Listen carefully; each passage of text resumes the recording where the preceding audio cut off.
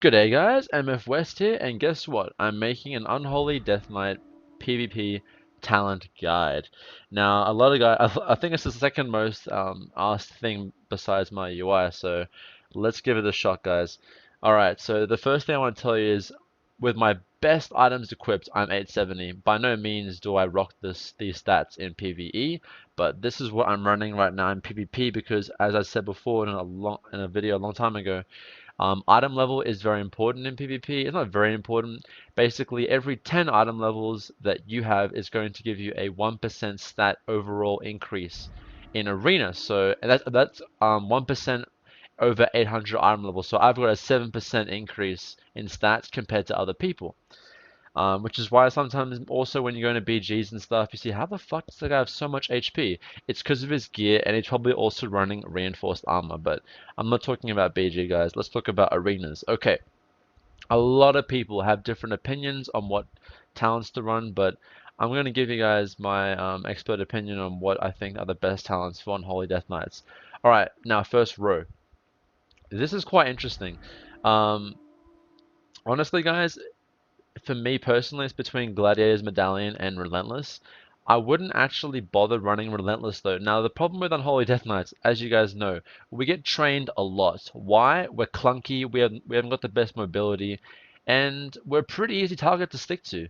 So in a lot of like times, we're actually not going to be taking Relentless. We're not going to be getting CC'd unless the enemy team is actually going to be going for our healer. Now, most of these games, depending on the rating that you're at, the healers actually get targeted a lot, get swapped on a lot. So Relentless is good if you're getting CC by, for example, a good RMD or RMP, you're getting spam polyed.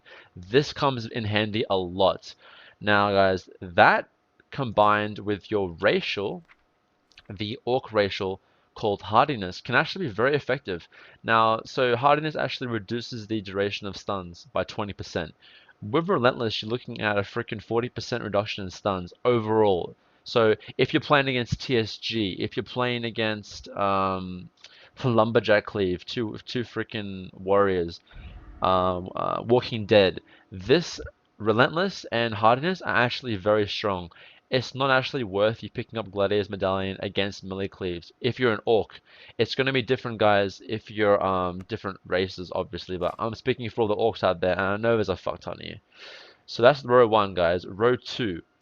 Alright, there's only really one option here in Arena, guys, and that's sparring. That is the go-to talent for or against any, if there's a single melee that you're playing against on that team, you're going to take sparring. If there are no melee and it's actually a spell comp, a spell cleave, you're going to choose between reinforced armor and hardiness. Honestly, I recommend survive. Like for example, say you're playing against like wizard cleave, or you're playing against LSD. Hardness is actually better, so when your healer tops you off, you're taking 20% less damage. The health doesn't really do anything, to be honest, guys. It's more of a BG thing. So yeah, I recommend picking hardness against spell cleaves and sparring if there is a single melee player in the enemy comp. Okay, now next, this row is pretty cool. Cadaverous, Cadaverous Pala. Um, I'm just going to sum it up for you guys. Say a mage bursts you. This talent, this passive talent is actually going to absorb 20% of all that magical damage and turn it into a dot that ticks on you. So instead of just getting flat bursted, it's going to slowly tick down on you. The damage will eventually, like, actually, eventually, like, go over. It'll eventually, like, erupt. But it gives your healer time to actually counter the dot and heal it. So it kind of in a way prolongs your death or prolongs your HP from just getting nuked. So quite important, guys. Now the question is, I actually would only pick between these two talents, guys: Cadaverous Pala and Anti-Magic Zone. I'm going to talk about Dark Simulacrum just now, but yeah, between Anti-Magic Zone and Cadaverous Pala, when would you take which ones? Okay, guys, in twos, Cadaverous Pala is quite strong against teams that, if for example, you have to ask yourself the question, does the enemy team have good AoE magic damage or magic damage in general? If they don't, immediately go to Cadaverous Pala or Dark Simulacrum. It's between these two.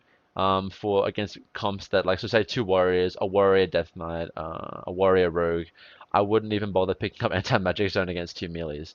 Say you're playing against intos, a mage and a warlock, Anti-Magic Zone is a must. 60% damage reduction to spell damage, guys. That is a must. And in 3v3, if you're playing against any type of mage cleave, I would highly recommend this. Even actually some Demo Warlocks, I actually like taking Anti-Magic Zone because of that implosion damage. Specifically Demo Warlocks, freaking retarded right now. I would actually take Anti-Magic Zone. Really helps out your healer and very clutch if your healer's in CC and you two are actually taking it. So yeah, guys, that is my summary of that. Dark Simulacrum, if you're really good at this spell, use it. It's pretty much a free form of CC, but um, it's not reliable, guys. While Anti-Magic Zone and Kadura's Pala are very reliable, they're on-use abilities. One of them is for passive, for fuck's sake. So unless you're a god at this ability, I would not recommend it. Alright, guys, for the next row. This is quite tricky, this row. It depends also on all these talents, guys, come down to situation and the team comp that you're running.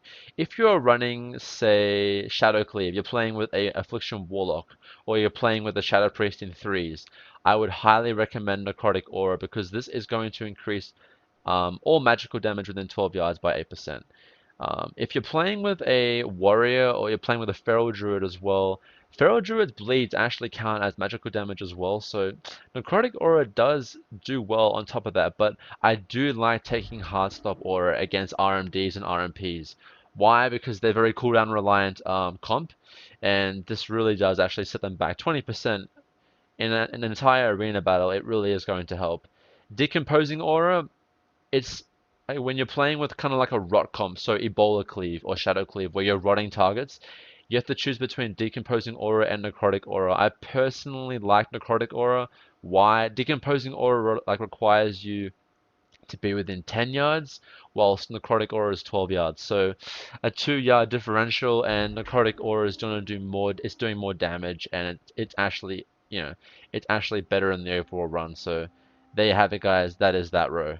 Now the next row, kind of shitty row, guys. Crypt Fever. Holy shit, does this thing do damage in BGs, guys, and Arena as well. If you're making sure that your Festering Wounds are on multiple targets, I mean, your pets could be with Infected Claws, guys.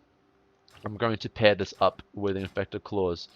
Infected Claws, your ghoul is going to actually kind of like AoE targets and put claws over all targets. This really does make the wounds hurt. Like this Crypt Fever actually does a lot of damage. Very effective when playing with Shadow Cleave and Ebola Cleave, guys. Highly recommend it. Pandemic, yeah, honestly, not as good as Crypt Fever. It's interesting. It's going to refresh your dots, but guys, it's one rune to refresh your Outbreak. And if the enemies are stacked, it's one rune and they're all at Outbreak. So, yeah. Wandering Plague, I haven't done that much actual experimentation with this. I'm going to in the next few weeks, but honestly, it doesn't beat Crypt Fever, guys. Yeah, I'm going to do more testing with that, and I will actually include a sticky note on the video if I do change my mind. But guys, Crypt Fever right now is strong. And the final row, unfortunately, it's like a one talent row. You're only going to pick one talent, and that is the famous Necrotic Strike. Now, I just saw my latest videos, Necrotic Strike was not nerfed. It stayed the same. Thank fucking God. It makes Unholy viable in Arena. This is why we are Unholy, guys, in PvP. This is the talent that makes us Unholy. What does it do? It applies extreme amounts of pressure when healers are in CC, amazing swap potential. If like say if you swap on a healer and he's stunned with asphyxiate and you stack five necrotic stacks on him, he's gonna have to heal 500 to 600,000 before he can even start healing himself. You can just imagine the swapping potential. Works amazing with rock cleave like Ebola cleave and shadow cleave, very very well. Unholy Mutation, I actually really enjoyed playing with this when we didn't have all our talents unlocked because of how much it slowed down enemies. Like in 1v1 situations, like say I was me against a hunter, this thing came in handy, but guys, we have Chains of Ice. It does the exact same thing as this. I mean, these little slimy things do a little bit of damage, but guys, it's not worth it. Reanimation, way too unreliable. Um, yeah, it's not always going to pop on the target that you want it to be, and it takes too long, and they can avoid it. Necrotic Strike is the go-to choice here for honor talents. So there you have it, guys. As I said, these talents are all, it all comes down to the comp you're running, it all comes down to the enemy team that you're playing against. So don't just take them as a flat kind of thing. But if I were to take these talents into an arena and kind of work with them, this is what I would run with. But obviously, if it's a spell cleave, anti-magic zone, if it's a melee cleave, relentless. And yeah, guys. So I hope you guys enjoyed this video. I hope I actually gave you some insight into Unholy Death Knights in Arena. Please feel free to ask any questions down in the comments. Add me on BTag. And yeah, guys, I hope you guys enjoyed the video. Have a great day, guys. Peace, peace.